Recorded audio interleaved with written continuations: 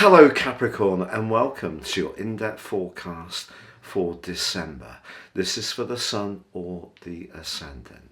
Now I'm going to give you a broad overview of what you can expect, but please stay with me because I then will dive deep to give you a forensically detailed analysis of what to expect.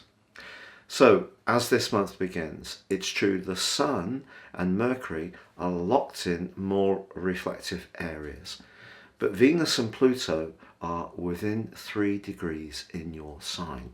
And that's the key influence to tell you about this month. Venus comes into exact contact with Pluto on the 11th, goes retrograde on the 19th, repeats the conjunction on Christmas Day. Now, Venus is the planet of attraction, Pluto is the planet of power.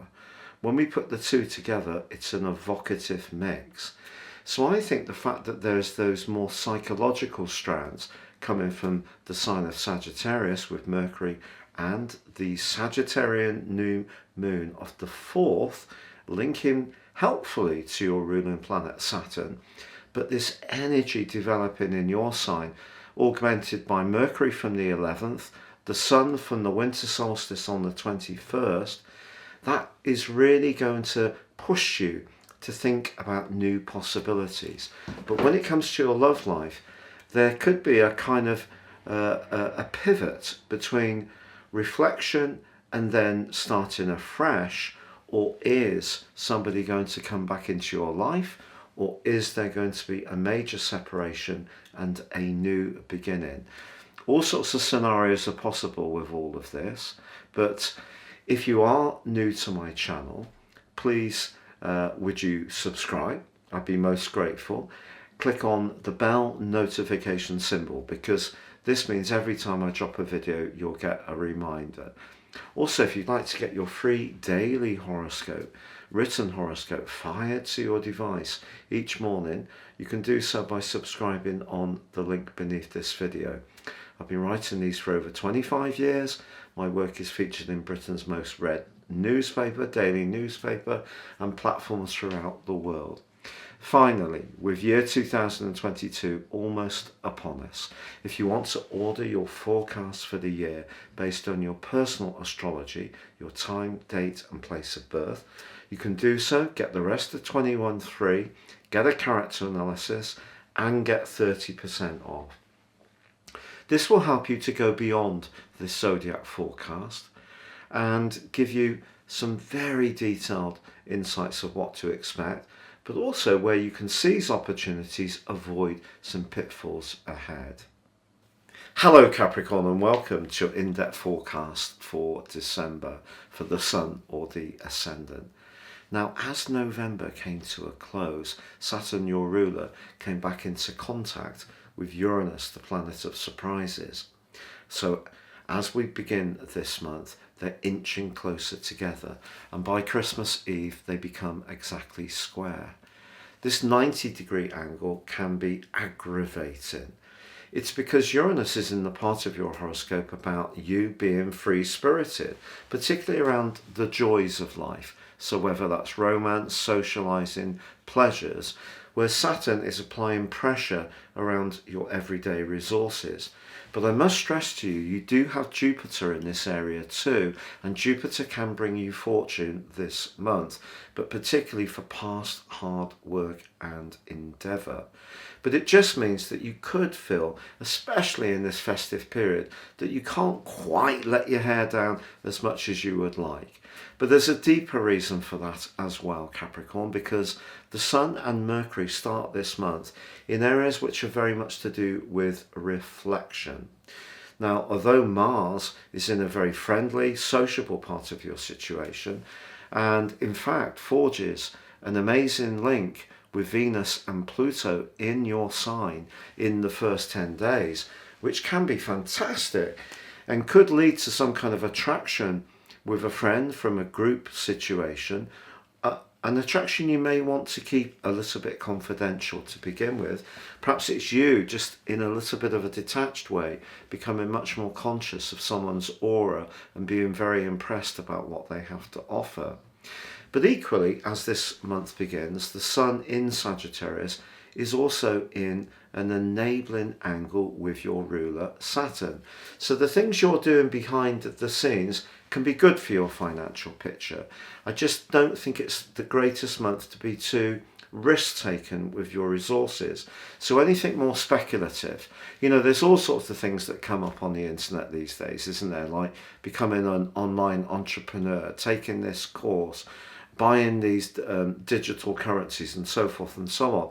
And of course, there must be some merit in these things, otherwise people wouldn't be promoting them. But it needs to be right for you, the individual. So I'm not saying don't do anything, I'm just saying check things out carefully. But when it comes to your past endeavours, from the 16th to the 21st of this month, you could really get some kind of payback for a lot of effort that's gone in over a long period of time, and that can absolutely delight you. Now, not only is there the Sun's constructive angle with Saturn at the start of this month, we do have the new moon on the 4th. But this new moon, the 12th house new moon, is probably one of the trickiest of the year, because the 12th house is about the subconscious, about what we are less integrated with, or perhaps at times, sometimes reluctant to look at. So it could be hurts, vulnerabilities, anxieties, perhaps past injustices, all these things.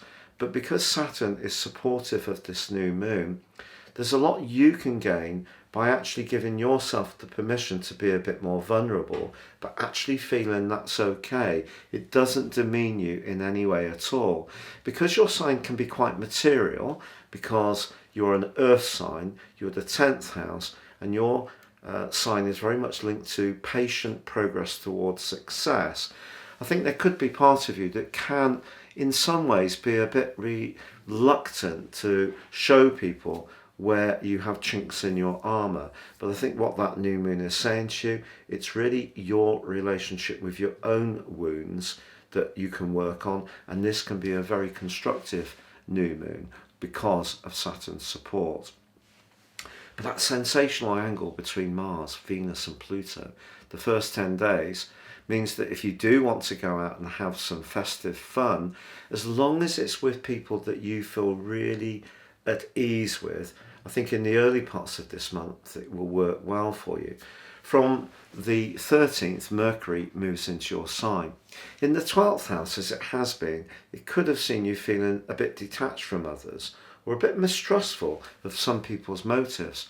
Moving into your own sign brings you into the present, but also Mars, ironically, on the same day, replaces Mercury in your 12th house.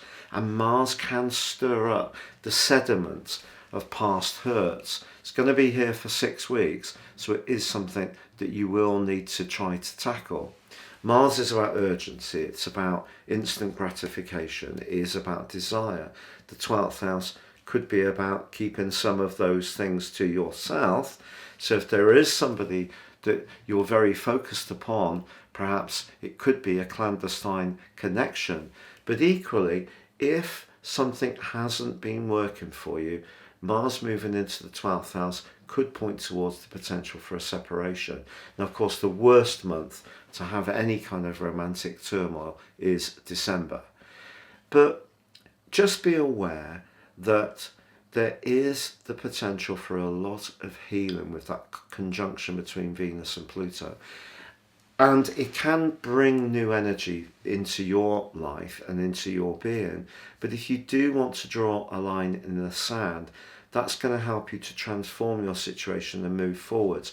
Pluto's about transformations, but because it's the co-ruler of Scorpio, it can also be about endings, but also it can be about new beginnings. So just remember, if there is something difficult going on in your particular personal situation, to be as philosophical as possible about it. Now, there is that stunning angle between the Sun and Jupiter between the 16th and the 21st, which can be enormously lucky for you. But the luck is unlikely to be so much to do with anything that's some kind of game of chance or having a flutter. I think it's much more likely to be with where you've beavered away over the long term.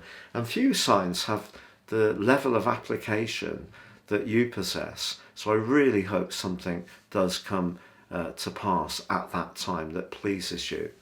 The 19th, however, is a full moon in the air sign of Gemini.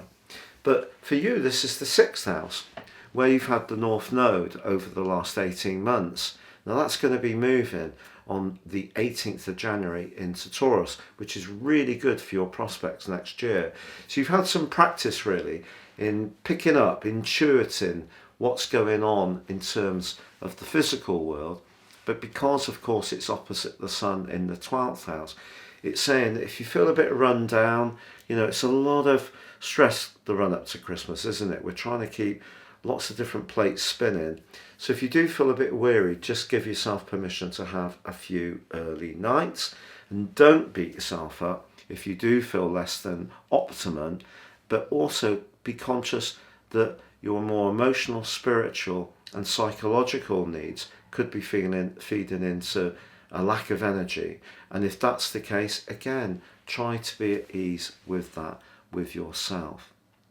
Now, also on the 19th, Venus goes into a retrograde. Venus retrograde, certainly in the natal chart, points towards people getting married later in their life, or perhaps never getting married, or having a greater sense of detachment towards others. Of course, it depends on which sign it's in and whether there are any particular aspects that make it even more strained. Venus retrograde in Capricorn, I think, is quite a material position for Venus. It's saying that if there is somebody you're interested in, you want it to be the potential for a stable tie, and they're serious, and also not feeling that sobriety in some ways chokes off the potential for passion, because your sign can be very passionate. Mars is exalted in your sign, and Capricorn people, once they feel really comfortable, can be, just as sensual as any other earth sign. So Venus going backwards could, though, give you food for thought in a tie which isn't working so well, for sure. But the sun moves on the 21st, and the winter solstice presages the last cardinal quadrants of the year, so the last 13 weeks of the Western tropical calendar. But for you, it's wonderful because your physical energy can lift, you can feel more in the moment, and that's really helpful to you. But on Christmas Eve, your ruler Saturn does clash with Uranus. Perhaps some kind of constraint. Maybe it's something you're just picking up ethereally somehow. If you're around people that find it difficult to let go, and you're someone who enjoys, the more festive side of things, having a good drink and enjoying food, being with friends, I think people could gravitate towards you from the 21st for you to take something of a lead. But if there are people around you that seem a little bit more inhibited about enjoying themselves, and especially if it is a partner, that could be another thing that's giving you a lot of food for thought around your romantic situation. Now, Christmas Day does see Venus and Pluto repeat the conjunction, but this time with Venus retrograde. It could make us all quite sentimental about all sorts of relationships, but Jupiter, the planet of growth, actually moves back into Pisces on the 29th. So that's your sector of everyday communication where Neptune is. Now, Neptune actually in week 1 forges a lovely link to Venus and Pluto, and also Mars, another great asset for you this month. But Jupiter moving into this area and out of your sector of everyday resources suggests that engaging with others as the year comes to a close is going to be important to you. It wouldn't be a surprise if you were socialising with siblings, neighbours, people in your community. Also, your ruler forges a very stable link with Mars right at the end of this year too. Now, Mars is in that 12th house still. Once again, it's telling you that where you've really worked hard in the recent past, the dividends can come for you. But few signs really understand the need to chip away at things like a Capricorn.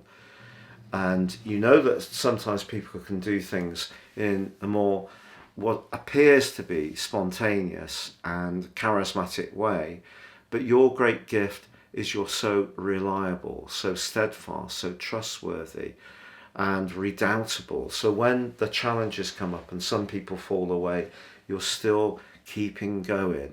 And I think that's something that really can bring you a reward this month materially. So the big news really for December, Capricorn, is around your relationships. Your relationship with yourself in terms of your more sensitive strands, but also your relationship with another person. And if there is a weak relationship at the heart of your life, it's definitely come under major review this month. But also this can be a time of wonderful new beginnings. And if you are single, then more than one person can show an interest in you. I hope you have a lovely Christmas, a wonderful New Year. Take care and goodbye.